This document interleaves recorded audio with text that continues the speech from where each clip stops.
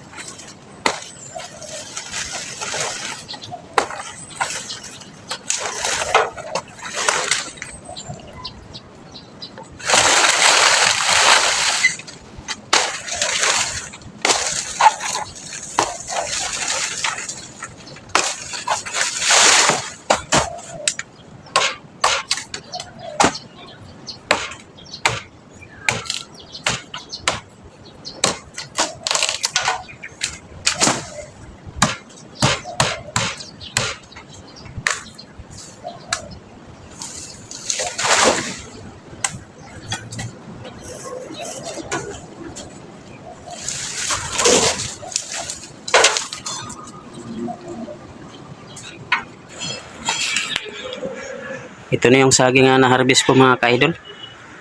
Yan, meron siyang hinog mga kaidol. Oh. Ito yung saging saba mga kaidol. So, hilaw pa yung iba mga kaidol. So, ang gagawin ko dito sa hilaw na to mga kaidol, sasaing ko mga kaidol. Ito yung masarap pang merinda mga kaidol. Ayan, meron pang saging dyan sa likod ko pero wala pa siyang bunga mga kaidol. Ayan. Daming saging dito mga kaidol. So, ayan mga kaidol, marami pong salamat sa iyong pagpanood at saka sa pagsuporta sa aking video mga kaidol. Bye bye mga kaidol.